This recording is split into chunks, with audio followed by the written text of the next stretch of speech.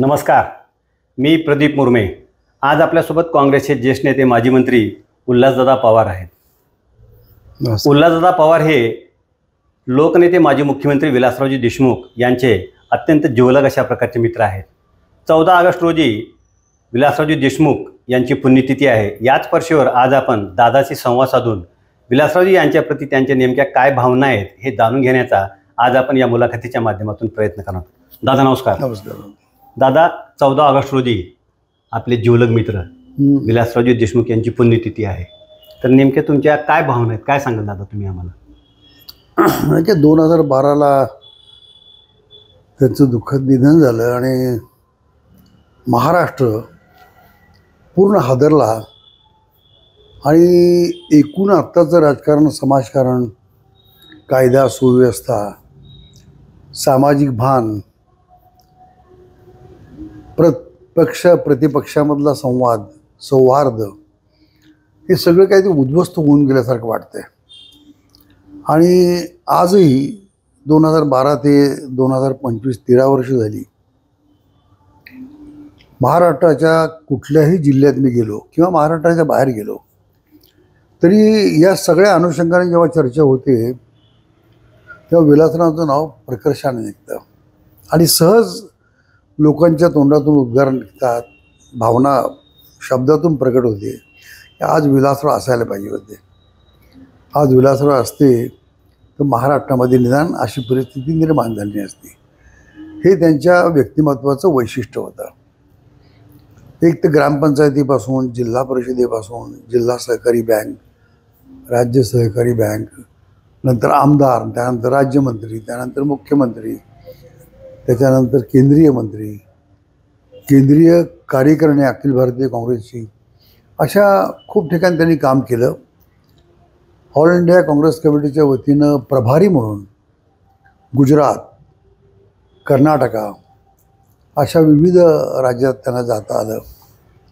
काही वेळा त्यांच्याबरोबर मी गेलो आणि तो सगळा त्यांचा एक राजकीय आदराचा दबदबा म्हणजे आदरयुक्त, आणि त्या आदराच्या पाठीमागे त्यांचं कर्तृत्व तर होतंच, त्यांची पदं होती, पण त्याहीपेक्षा उत्तुंग पदावर असूनसुद्धा जी एक विनयशीलता आणि सुसंवाद साधण्याची त्यांचं एक जे कौशल्य होतं, किंवा विरोधकाच्या बरोबर कितीही त्यांनी कटुता निर्माण करण्याचा प्रयत्न केला समोरच्या माणसाने, तरी कटुता बिलकुल वाढू न देता आपलं म्हणणं अत्यंत शांतपणे पण अत्यंत प्रखरपणे मांडण्याचं लोकशाहीतलं एक वाद संवादाचं किंवा वाद प्रतिवादाचं जे कौशल्य होतं ना, ते विलासरावांच्याकडे होतं. आणि त्या सगळ्या गोष्टींची आज अतिशय प्रकर्षाने आठवण होते. आणि त्यांचं वैशिष्ट्य बघा ना, मुख्यमंत्री 2 वेळा त्यांनी अत्यंत उत्तम महाराष्ट्र सांभाळला, महाराष्ट्र प्रगतीकडे नेला. तर त्याही अगोदर राज्यमंत्री किंवा मंत्री असताना, म्हणजे स्वर्गीय शंकरराव चव्हाण यांच्या मंत्रिमंडळात तर 5 ते 6 अत्यंत महत्त्वपूर्ण खाती त्यांच्याकडे होती. बरोबर. अत्यंत महत्त्वपूर्ण, म्हणजे एक एक खातं समर्थपणे सांभाळणं मंत्र्याला अवघड जातं, पण ती सगळी खाती एकदा विलासरावांनी त्यांच्या खांद्यावर ती जबरदस्तपणे सांभाळली, जबरदस्तपणे. म्हणजे शंकररावांनी त्यांच्यावर तो विश्वासही टाकला होता. त्यांना स्वर्गीय वसंतदादा पाटलांच्या बरोबर काम करण्याची संधी मिळाली. त्यानंतर बॅरिस्टर बाबासाहेब भोसलेंच्याबरोबर काम करण्याची संधी मिळाली. माननीय शरदराव पवार यांच्याबरोबर काम करण्याची संधी मिळाली. माननीय सुधाकरराव नाईक यांच्याबरोबर काम करण्याची संधी मिळाली, ही मुख्यमंत्री असताना. आणि त्यावेळी त्यांनी आपलं कर्तृत्व गाजवलं. पहिली गोष्ट म्हणजे ग्रामीण पातळीपासून राज्य आणि केंद्रापर्यंत गेल्यामुळं हा जो प्रदीर्घ त्यांचा अनुभव होता, त्या अनुभवाचं दर्शन त्यांच्या सगळ्या वाटचालीमध्ये प्रत्येकाला आढळलं. त्यामुळे कागद कोणताही आमदाराचा किंवा कार्यकर्त्याचा असा नुसती नजर त्यांनी फिरवली तरी त्यात नेमकं काय त्याला पाहिजे आणि त्याचा रिमार्क कसा मारावा हे त्याचं कौशल्य मी फार जवळून बघितलेलं, खूप जवळ. नाही तर एक 15-15 मिनटं कागद वाचायला, कळायला 10 मिनटं, असं त्यांचं कधीच झालं नाही. आणि लगेच झालं फटाफट, अगदी. म्हणजे आलेले आमदार असतील, कार्यकर्ते, कधीही कोणाची भेट त्यांनी टाळली नाही. रात्री 11:30 पावणे-12 लोकांना वर्षा बंगल्यावर भेटायचे. सकाळपासून त्यांची जी दिनचर्या सुरू व्हायची, मध्ये जेवणही घेत नसायची. मी त्यांना खूप वेळा विनंती केली की तुम्ही दुपारचं थोडं जेवण घेत जा, कारण घरच्याही लोकांनी विनंती केली पण ती जेवत नसतात. मी त्यांना सांगितलं अनेक मंत्री मुख्यमंत्री डबा आणतात, जेवण करतात आतल्या दालनामध्ये. स्वतः मला आठवतं माननीय मनोहर जोशी यांचं मुख्यमंत्रीपद गेल्यानंतर त्यांची विलासरावांची भेट होताना ते म्हणाले की तुम्ही दुपारी थोडं तरी खात जा आणि आतल्या खोलीत 15 मिनिटं विश्रांती घ्या, आपण फ्रेश होतो. मी मुख्यमंत्री असतानाही म्हणाले, ते म्हणाले अर्धा तास तरी पडायचो आतमध्ये, पण विलासरावांनी फक्त ऐकून घेतलं. मग मी त्यांना सांगायचो की तुम्ही असं करू नका, त्यांची ॲसिडिटी फार वाढायची, ॲसिडिटी पोटातलं विकार आहे, तर ती खूप वाढायची. तुम्ही मला म्हणले बाबा आपण आज जेवतोय, लोक बाहेर बसलेले आहेत, पण त्यांनी चौकशी करायची काय करतायत, आपण लोक मग शिपाई म्हणणारच म्हणायचे जेवण करतात, ते दिसायला वाईट दिसतं. म्हणलं दिसायचं वाईट तर काय प्रकार, आपल्या प्रकृतीला सांभाळा. पण ते त्यांनी थोडी त्या बाबतीमध्ये थोडी हेळसांड केली.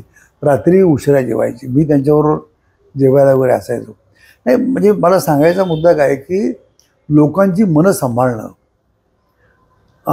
आणि ती मनापासून, म्हणजे उगाच देखले पण नाही, मग तो काँग्रेसचा असो किंवा विरोधी पक्षाचा असो.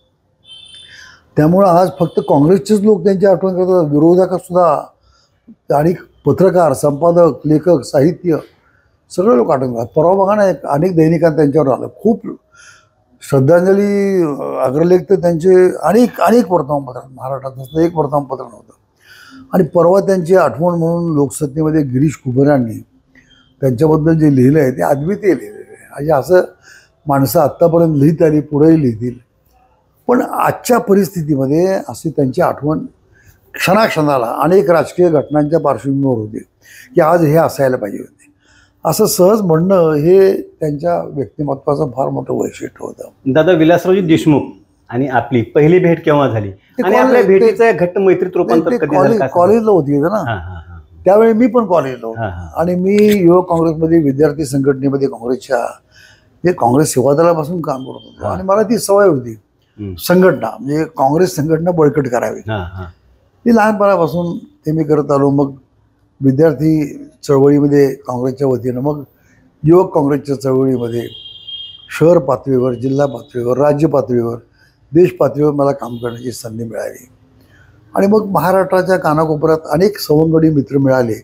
त्यात प्रामुख्याने पुण्यामध्ये इतर जिल्ह्यातून शिकायला आलेले अनेक लोक होते. लॉ कॉलेजच्या हॉस्टेलला होते, आबासाहेब गरवाडी कॉलेजला होते, ॲग्रिकल्चर कॉलेजला होते, कृषी महाविद्यालय खूप जुनं, इंजिनिअरिंग, त्या सगळ्या हॉस्टेलमध्ये जाणं भेटणं, अनेकांची मैत्री झाली. पण विलासरावांची का कोणास ठाऊक माझे त्यांचं असं एक वैचारिक म्हणा, भावना काय अशा काही जुळल्या की तेव्हापासून आमची मैत्री खूप घट्ट झाली.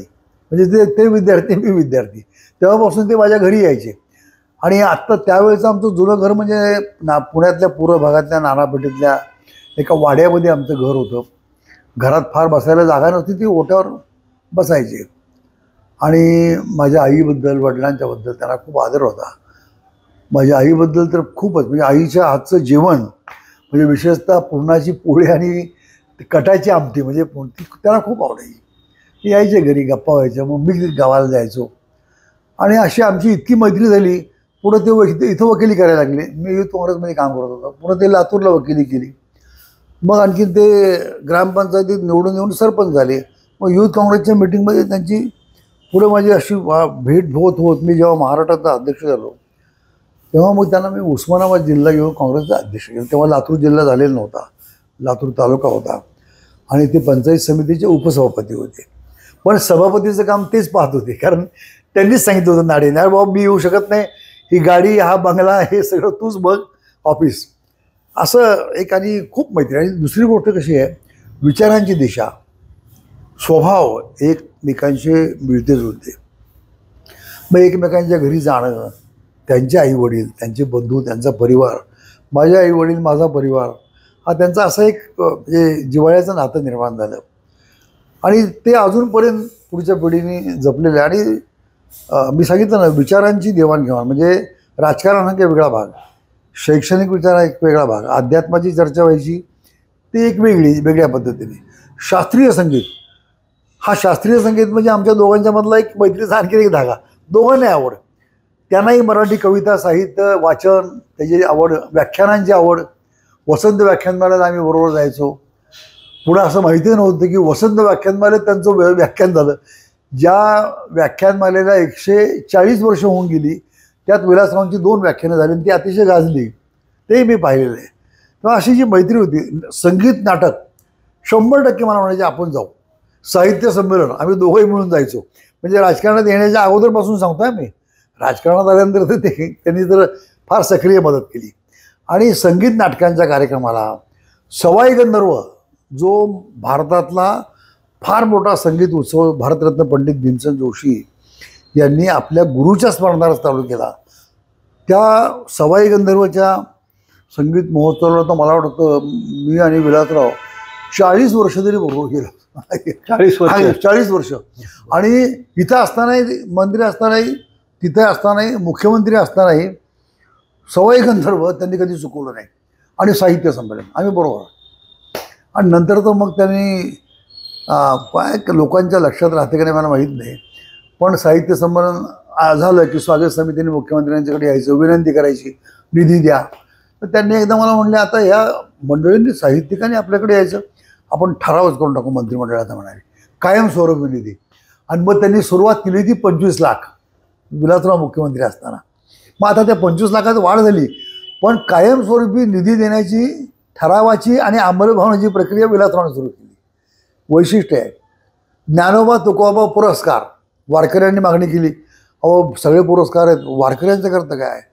मग ते म्हटले ज्ञानोबा तुकोबा पुरस्कार, ज्यांनी भागवत संप्रदायामध्ये योगदान दिलं आहे, कीर्तन, प्रवचन, व्याख्यानं, लिखाण, ग्रंथ असे निवडायचे. त्याकरता निवड समिती नेमली. ती निवड समिती घेईल तो निर्णय. आणि मग पहिला पुरस्कार डॉक्टर राचिम ढेरे, दुसरा पुरस्कार दादा महाराज मनमाडकर, लहवीतकर महाराज, असे 51 अशा नामवंतांना पण सुरू केलं विलासरावांनी. हा महत्त्वाचा मुद्दा आहे. आज कोणाच्या लक्षात आहे नाही मला माहीत नाही. संगीत नाटकाचा पुरस्कार अण्णासाहेब किर्लोस्कर विलासरावांनी सुरू केला. जीवनगौरव नाटक प्रभाकर पणशीकरांचा पुरस्कार विलासरावांनी सुरू केला.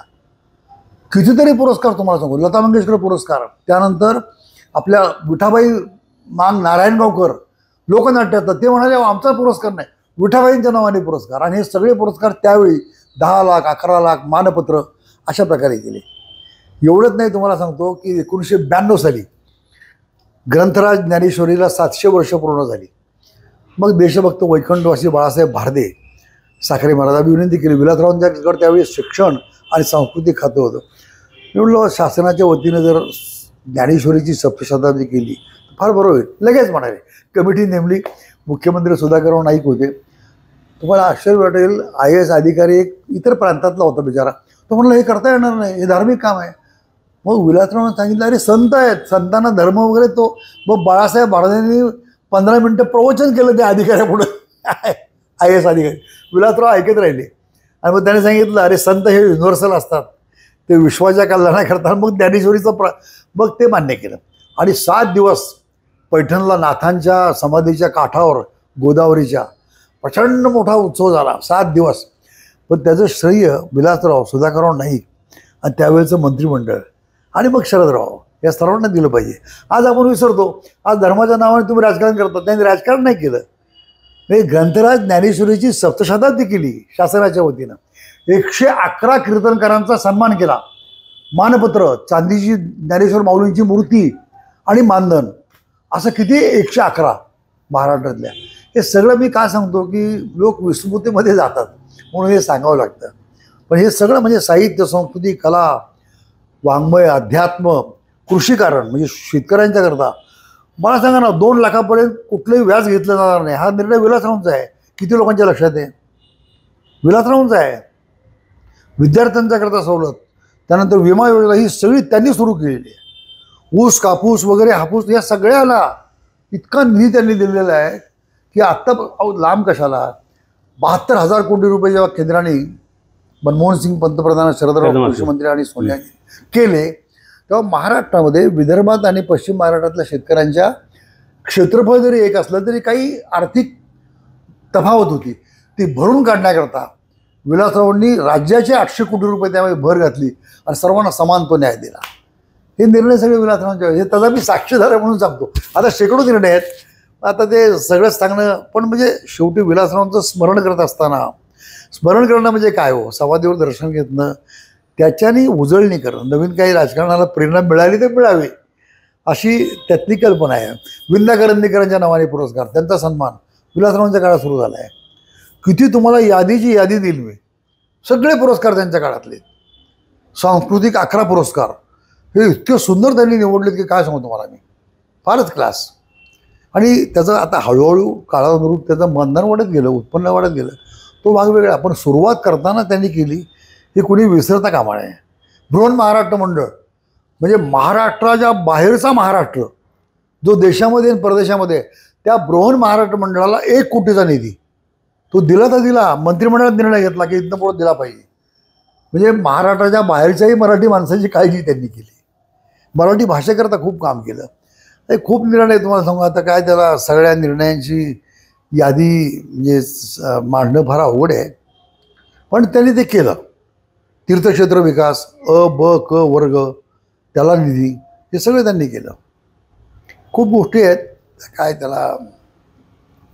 पण एकाच वेळी उद्योग, विद्या, शहर, खेडं, कृषी, गुरंढोरं म्हणजे दूध व्यवसाय, अशा सगळ्यांना पूरक निर्णय घेण्याची क्षमता आणि बुद्धिमत्ता त्यांच्याकडे होती, हे मला या निमित्ताने. आणि अशा सगळ्या आमच्या समभावना आणि आमच्या स्वभाव जुळल्यामुळं आणि सारख्या चांगल्या आवडी, वाईट गोष्टींच्यापासून आम्ही नेहमी कायम दूर राहिलो, ज्याला लौकिक अर्थाने आपण वाईट म्हणतो. अशा सगळ्या गोष्टींच्या आम्ही दूर राहिलो. आणि ते त्यांनी कसोशीने पाळलं. आईवडिलांच्याबद्दल त्यांना आदर, मला आदर, अशी एक आमची एकत्र ही असायची. दादा, विलासरावजी देशमुख एक अत्यंत लोकप्रिय अशा प्रकारचे मुख्यमंत्री होते. त्यांचं नेमकं काय वेगळेपण होतं, काय एवढे लोकप्रिय होते ते? मी सांगितलं ना आता, ह्या सगळ्या गोष्टींचं मी वर्णन केल्यानंतर विशेषतः कोणावर रागवलेलं ते बघितलेलं नाही. आता अवेळी कुणीतरी फोन केलाय, हा एकमेव मुख्यमंत्री, एकमेव महाराष्ट्रातला नेता आज नाही, तुम्हाला सांगतो मी प्रामाणिकपणे, की जी दिवसभर 24 तासात कधीही फोन करा, फोन उचलणारच. तो ओळखीचा आहे का, त्याचं वय काय आहे, काही त्याने बघितलं नाही. लोक आता नाव बघून फोन घेतात. समजा ते एखाद्या समारंभात, कार्यक्रमात, महत्त्वाच्या मिटिंगमध्ये असले तर त्यांनी कॉलबॅक त्या माणसाला परत फोन करणारच ते, किंवा मेसेज पाठवणार, मी तुम्हाला थोड्या वेळाने फोन करतो. आज कुठलाही नेता असा फोन घेत नाही. नंबर 1, येणाऱ्या प्रत्येक माणसाबरोबर अत्यंत सौहार्दाने वागले ते. हिडीस कधी केली नाही. म्हणजे पक्षही त्याने बघितला नाही, कधी धर्म बघितला नाही, कधी जात बघितलं नाही, कधी गाव बघितलं नाही, काहीच नाही. किंबहुना कधी कधी आपल्याला प्रखर विरोध केलेल्या माणसाला त्यांनी मदत केली, मी पाहिलेलं आहे. त्यांच्यावर प्रचंड टीका टिप्पणी केली, पण सहनशीलता कमालीची. एखाद्या वेळेस उत्तर ते पण सौम्य पण अत्यंत अप्रतिम असायचं, तेही मी पाहिले. या सगळ्या गुणांच्यामुळे ते लोकप्रिय. आणि उत्तम वक्तृत्वशैली, हा चेहऱ्यावरचे भाव, म्हणजे त्यांना बघितल्यानंतर माणसांना प्रसन्न वाटायचा, हसरा चेहरा, एक असं वेगळं होतं. आता तसं नाही आहे ना, काय काय माणसाचं बघितलं तर माणसाला वाईट, कशाला आला, म्हणजे अशी भावना होती. विलासरावांचं तसं कधीच झालं नाही. आणि 3 भाषांच्या प्रभुत्व, काय ओरडली होती, क्या बात आहे. नुसतं नाव जाहीर केलं विलासरावांचं की सभेला गर्दी आपोआप ती गोळा करावी लागत नव्हती. दादा, विलासरावजी देशमुख, शरद पवार, गोपीनाथरावजी मुंडे, सुशीलकुमार शिंदे यांचं जे काही राजकारण आहे किंवा यांचं जे काही नेतृत्व आहे, त्यामध्ये तुम्हाला काय साम्य पाहायला मिळते, काय सांगाल तुम्ही आम्हाला? मी सांगितलं ना की प्रखर विरोधी पक्षात असताना सुद्धा गोपीनाथ त्यांची मैत्री, राजकीय मतमतांतर असताना शरदराव पवार असतील त्यांच्याशी असलेली मैत्री, किंवा ते मुख्यमंत्री R.R. पाटील उपमुख्यमंत्री, ते मुख्यमंत्री छगन भुजबळ उपमुख्यमंत्री, अशा अनेक उपमुख्यमंत्र्यांच्याबरोबर तितक्या ताकदीने आणि कौशल्याने काम केलं. फार सुंदर होतं मला सांगतो. आणि मतमतांतर देखील बुद्धिकौशल्याने मांडण्याचं सामर्थ्य हे समोरच्या माणसाला माहीत असायचं. आणि शेवटी त्या क्षणाला, त्या विचाराला, म्हणजे विधिमंडळात प्रखर मतं एकमेकाच्या विरोधी मांडल्यानंतरही बाहेरच्या सामाजिक जीवनात अत्यंत सौख्याने, सौहार्दाने आणि एकमेकाला मदतीच्या भावनेनं वागणं, हे त्यावेळेचं वैशिष्ट्य होतं. ते आता कसं आहे, मतभेदाला, मनभेदाला व्यक्ती सोडाचं आणि व्यक्तिद्वेषाचं रूप कधी प्राप्त झालं नाही त्या ज्यांची तुम्ही नावं घेतली. आता मात्र क्षणाक्षणाला सूड आणि द्वेष याच्याशिवाय मला काही दिसतच नाही. म्हणजे अतिशय दुर्दैवाने मला हे सांगावं लागतंय. एका दुसरा अपवाद कोणी असेल, पण प्रामुख्याने आता जे मी बघतोय, भाषा अशी इतकी अर्वाच्य भाषा, मी तर आयुष्यात म्हणजे मी 55 वर्ष राजकारणात आहे, ॲक्टिव्ह राजकारणात. पण या गेल्या 10 वर्षातली जी भाषा आहे, अरे बापरे, असं वाटतं की काय ऐकावं का नाही ऐकावं. आणि आमदार विधिमंडळात दम देतात, शिव्या देतात. कोकणातलं एक आमदार का खासदार का माजी खासदार शिव्या देतो लाऊडस्पीकरवर, आणि 2 महिला शेजारी बसलेत. त्या लाजाने खाली मान मागलं. टीव्ही मी त्या व्हॉट्सअपवर बघितलं. हे काय चाललंय, काही भाषा काय आहे? धर्माच्या नावावर, जातीच्या नावावर एकमेकाचं उणं दोनं काढताना, एकमेकांची स्पर्धा करताना काय भाषा तुम्ही वापरताय? आणि अशा लोकांना तुम्ही, मला वाईट काय वाटतं की पार्टी विथ डिफरन्स असं म्हणून तुम्ही काम करता. म्हणजे काहीतरी आम्ही ह्यांच्यापेक्षा चांगले असं त्यांना दाखवायचंय. आणि चांगले कुठले, तुम्ही वाईट आहात भयंकर असं म्हणायची वेळ आली. आणि त्या वाईटांना तुम्ही संरक्षण देता, हे सगळ्यात वाईट. सगळ्यात जर काय वाईट असेल ना, की वाईट जे घडते, वाईट जे बोलतात त्यांच्यापेक्षाही त्यांचं समर्थन करणं आणि त्यांना संरक्षण देणं हा त्याच्यापेक्षा मोठा गुन्हा आहे. आणि तो आत्ताचे नेते करतायत. हे दुर्दैवाने मला या ठिकाणी सांगावं लागतं. हे सांगताना मला वाईट वाटतं, पण सांगावं लागतं, त्याला काही इलाज नाही. ही परिस्थिती आहे. दादा, विलासरावजी यांचं तुम्हाला भावलेलं भाषण कोणतं, काय सांगता येईल? अरे बापरे, त्यांची आता एवढी शेकडो भाषणं इतक्या वर्षापासून ऐकली. फार अफलातून सगळी भाषणं त्यांची. असं एखादं सांगणं फार अवघड आहे, तुम्हाला सांगतो. आणि अफलातून असतं. म्हणजे मी तुम्हाला सांगतो, औरंगाबादच्या म्हणजे संभाजीनगर, आता ज्यावेळी साहित्य संमेलन होतं, मुळे त्याचे स्वागताध्यक्ष होते. आणि मला आता अध्यक्ष जरा लक्षात नाही माझ्या, पण इतकं अफलातून भाषण झालं. 3 नेते होते. समारोप झाल्याच्या अगोदर त्यांचं भाषण झालं. त्या साहित्य संमेलनाच्या अध्यक्षांनी आणि त्या ठिकाणी उपस्थित असलेले रारम बोराडे वगैरे, आज बिचारे आता हयात नाहीत. बरोबर. मला सगळे भेटले, सुधीर रासाळ, किती नामवंतांची नावं सांग. मला म्हणाले साहित्यिकाला लाजवर असं भाषण आहे म्हणले आजचं. अफलातून भाषण. रारम बोराड्यांनी खिल्लारीच्या भूकंपानंतर भूकंपावर एक 100 पानाचं पुस्तक लिहिलं आणि त्याचं प्रकाशन वर्षा बांगड्यावर केलं. तुम्हाला मी आश्चर्य वाटेल की विलासरावांनी भाषण केल्यानंतर भूकंप म्हणजे काय, त्यावेळची घडलेल्या दुर्घटना, त्याच्यावर केलेली मात, त्याच्यासाठी केलेले प्रयत्न, त्याच्याकरता आता काय घ्यावं प्रिकॉशन, याचं जे विवेचन केलं आणि त्याचं जे उजाड आणि उदास वर्णन त्याने जे केलं ना, तर रारम बोराडे म्हणाले, माझ्या पुस्तकात जे लिहिले ना तसं दृश्य त्याच्यापेक्षाही विदारक तुमच्या भाषणात तुम्ही मांडलं. हे रारम बोराडेंचे उद्गार आहेत. त्यानंतर आणखीन एक तुम्हाला सांगतो मी, स्वामीनाथन यांचा एक समारंभ मुंबई मराठी ग्रंथ आपल्या पत्रकार संघामध्ये अतुल देऊळगावकर त्याला आले होते. नंतर मग अतुल देऊळगावकरांनी भाषण केलेल्या पुस्तकाचं प्रकाशन इथं झालं. त्यावेळी विलासराव हयात नव्हते. पण त्यावेळी जे भाषण केलं ना, तुम्हाला सांगतो इतकं स्वामीनाथननी गौरव केला म्हणजे विलासरावांचा. आणि अत्यंत 3-4 मोठे नामवंत सिनियर संपादक ज्येष्ठ ते माझ्या आसपास बसले होते. काय म्हणले, कृषीचा, देशाचा आणि राज्याचा आवाका आणि अभ्यास म्हणजे एखाद्या कृषी शास्त्रज्ञालाही इतक्या तोलत असेल काय.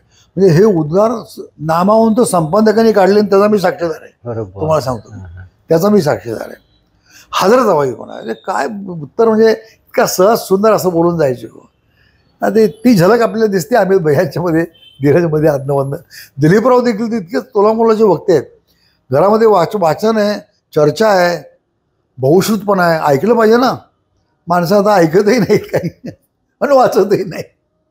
ती विलासरावांची अप्रतिभा. असे कितीतरी भाषण, निवडणुकीत ते भाषणाचं क्या बात आहे. म्हणजे तुम्हाला त्याला काही मी तर परांड्याचं भाषण असतील, पुण्यातलं आमची 2-3 भाषणं असतील, मुंबईला केलेलं भाषण असतील, कार्यकर्त्यांच्या पुढं केलेलं भाषण असेल. अरे इतकं चेतवणार होतं. अहो साधं तुम्हाला सांगतो मी, शब्द कसे वापरावे. काँग्रेस प्रवक्त्यांचं शिबिर होतं. जिल्ह्यातले प्रवक्ते आणि प्रवक्त्यांनी काय करावं, कसं बोलावं, कोणते मुद्दे वगैरे. त्यांनी एकच सांगितलं की मंत्री, मुख्यमंत्री, राजकीय नेते, आम्ही असं केलं, आम्ही वक्ते, आणि आम्ही काय बोलतो ते तुम्ही सांगता लोकांना ते प्रवक्ते.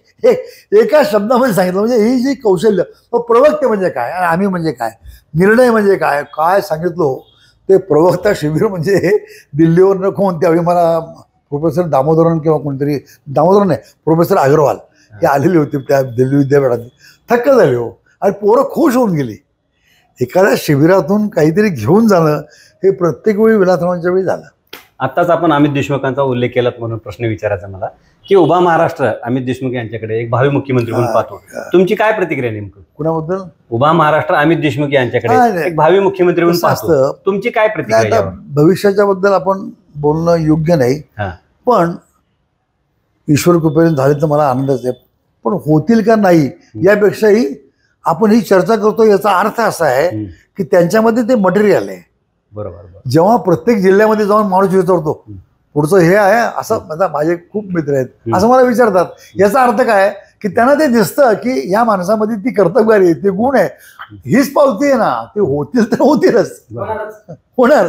तो भाग आता आणखीन वेगळा आहे. पण मी काय सांगतो की लोकांचा हा आत्मविश्वास आहे की या माणसाकडे ही कुवत आहे, सामर्थ्य आहे आणि तीच झलक आहे.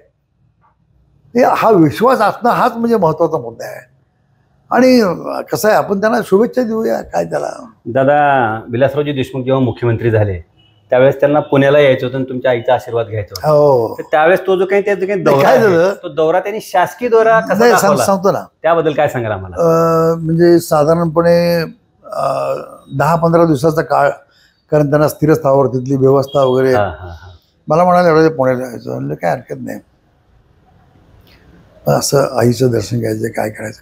मग त्यांनी काय केलं, एक पहिली छोटी मिटिंग बोंगीरवाड त्यावेळी हे होते, मिटिंग लावली, मिटिंग ऑफिशियल घेतली.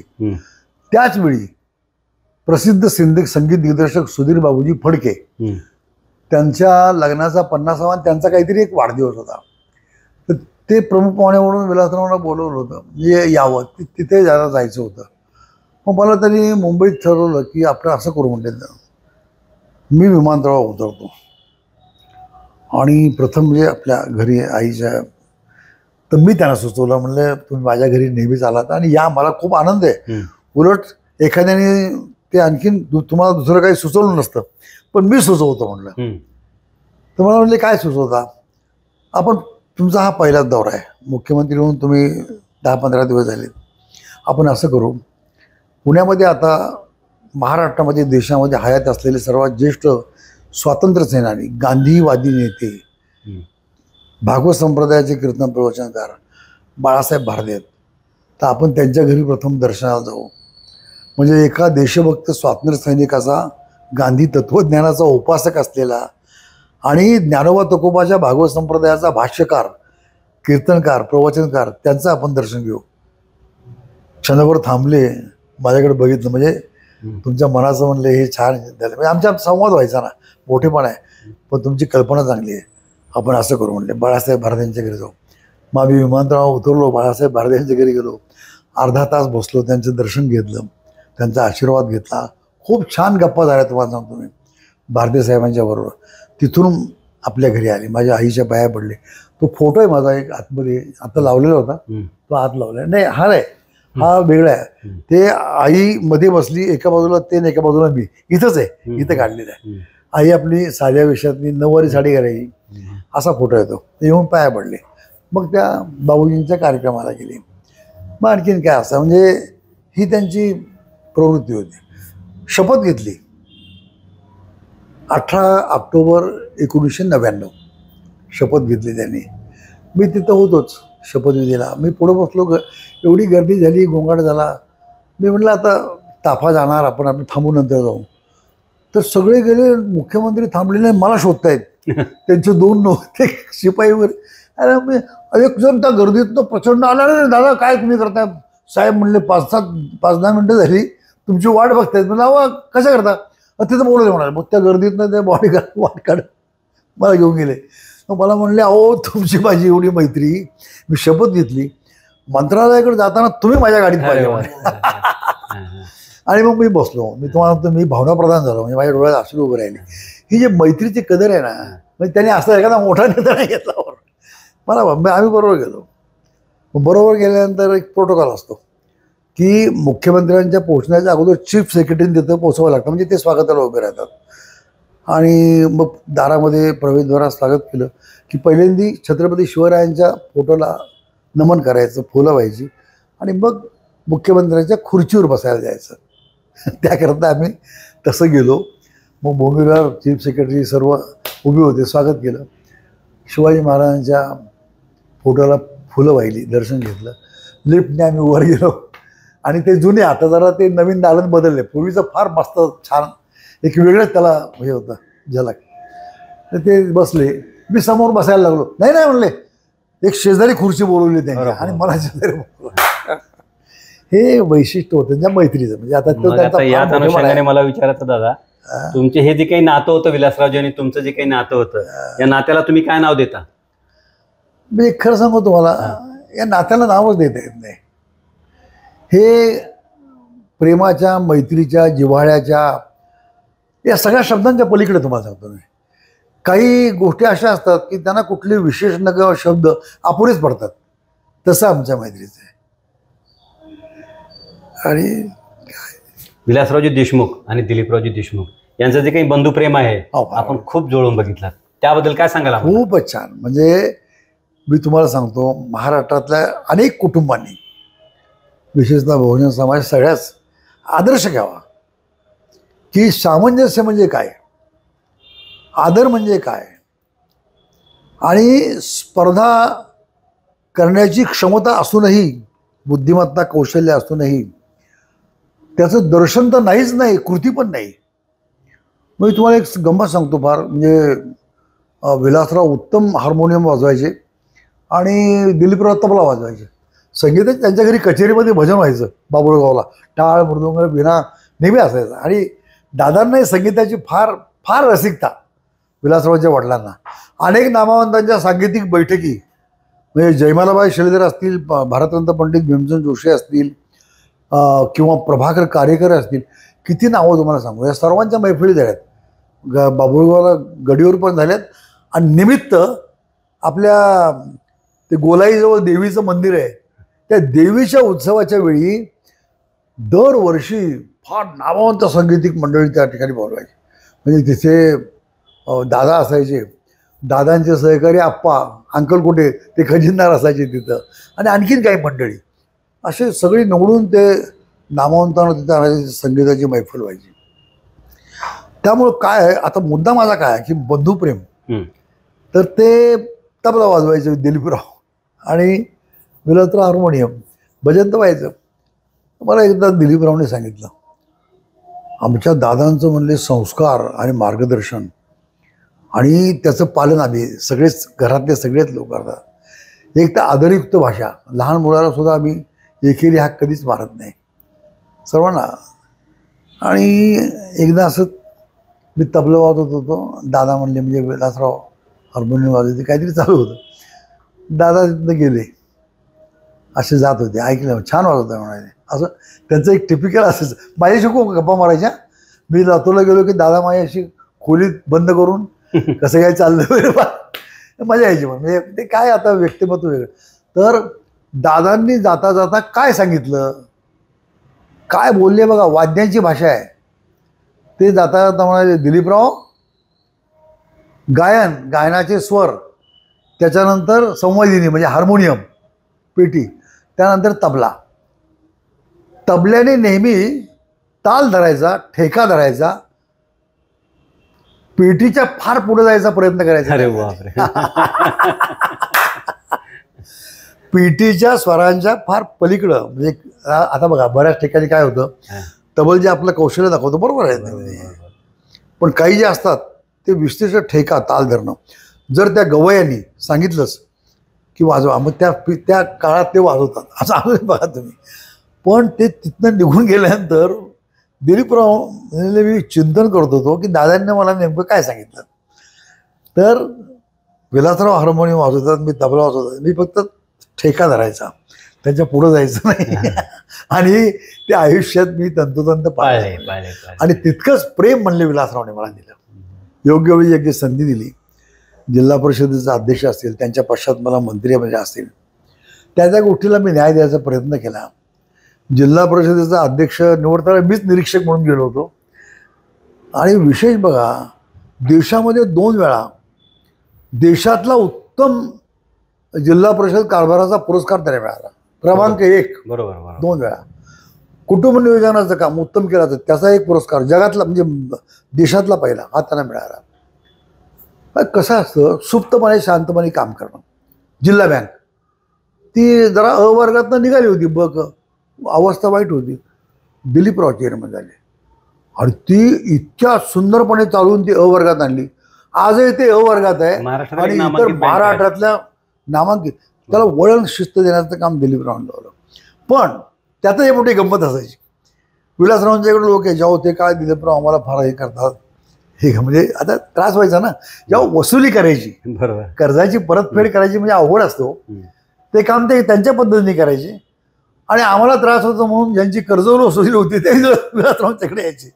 विलासराव त्यांना नीट समजावून सांगायचे, मी बोलतो दिलीपरावांशी. आणि मग दिलीपरावांशी आता त्यांचा संवाद होत असेल, पण त्यांच्या कामामध्ये मला म्हणाले, मी जर प्रत्येक माणसाचा अडथळा त्यांच्यामध्ये केला तर बँक आमची ब किंवा क वर्गाच्या बाहेरच येणार.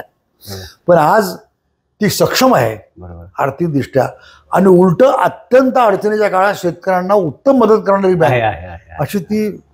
म्हणून काही वेळा सुरुवातीला कटुता वाटते एखाद्या निर्णयाची, पण ती भल्यासाठी असते. आज जी जिल्हा बँक आहे त्याचं आणि पूर्ण असं प्रश्न दिलीपराव असं देशमुख अंडरस्टँडिंग यांना ज्याला म्हणतात, सामंजस्य, आहे. बरोबर. या दोन बंधूंचं मी पाहिले. आणि म्हणून म्हणजे विलासरावांचं स्मरण करत असताना हे मला महाराष्ट्राच्या सगळ्या सामाजिक राजकीय कुटुंबामध्ये काम करणारे किंवा उद्योगपती कोणी कुटुंब असतील व त्यांनी हा आदर्श ठेवला पाहिजे. सामंजस्य, परस्पर आदर, गैरसमज होऊ न देता आपण कुटुंब कसं कौशल्याने एकत्र आणि ते गुण्यागोविंदाने जाणारं कुटुंब मी तेव्हापासून पाहतोय, आजही पाहतोय. दादा, शेवटचा प्रश्न, आज विलासरावजी असते तर? खरं म्हणजे माझ्या मुलाखतीची सुरुवातच मी अशी केली की मी कुठेही जरी गेलो तर कुठल्याही क्षेत्रातला माणूस असं म्हणतो की आज विलासराव पाहिजे होते. म्हणजे आज विलासराव असते तर यापेक्षा आज विलासराव असायला पाहिजे होते अशी भावना प्रत्येकाची आहे. म्हणजे नेमकं काय झालं असतं याचं चित्र लोकांच्या डोळ्यासमोर आहे. आणि निदान ते चित्र असल्यामुळं निदान आत्ताच्या राजकारणातल्या काँग्रेस विरोधक सगळ्या पक्षांनी एवढं तर जरा थोडंसं एक तारतम्य ज्याला म्हणता येईल आणि ते ठेवून महाराष्ट्र एक शान होती व देशामध्ये. महाराष्ट्र हा नेतृत्व करत होता. सेनापती बापटांनी म्हटल्यावर महाराष्ट्र मेला तरी राष्ट्र मेले, मराठ्या विना राष्ट्र गाडा न चाले, खरा वीर वैरी पराधीनतेचा महाराष्ट्र आधार या भारताचा. हा अनेक नेत्यांनी सिद्ध करून दाखवलं आत्तापर्यंत. आता तसं ते वातावरण तुम्ही आम्ही ठेवलं नाही. मराठ्या विना या राष्ट्र गाडानं झालं याच्यामध्ये सेनापती बापटांना मराठा या शब्दाची व्यापक व्याख्या आहे बरं का. बहुजन या शब्दाची व्याख्या आता ती संकुचित केली सर्व लोकांनी. असं आहे ते अभिजन महाजन बहुजनाची अशी एक वेगळी व्याख्या आहे. त्या बहुजनांच्या मध्ये सगळे आले. यशवंतराव चव्हाणांना विचारलं होतं ना की संयुक्त महाराष्ट्र म्हणजे मराठा राज्य का, ते म्हणले नाही, जो या महाराष्ट्रामध्ये राहतो तो मराठी आणि तो प्रत्येक मराठा. हीच व्याख्या शाहू महाराजांनी केली होती. हीच व्याख्या यशवंतरावजींनी केली आणि तीच प्रत्यक्ष आपल्या कृतीने वैभवाने दाखवली, ती विलासरावांनी दाखवली. ते वैभव परत खरं म्हणजे महाराष्ट्राला यावं अशी विलासरावांचं स्मरण करत असताना आपली भावना आहे. बाकी काय त्याला याशिवाय काय. आता धन्यवाद दादा, तुम्ही आम्हाला वेळ दिलात, आमच्याशी संवाद साधलात, त्याबद्दल आपले खूप खूप आभार. काय यार.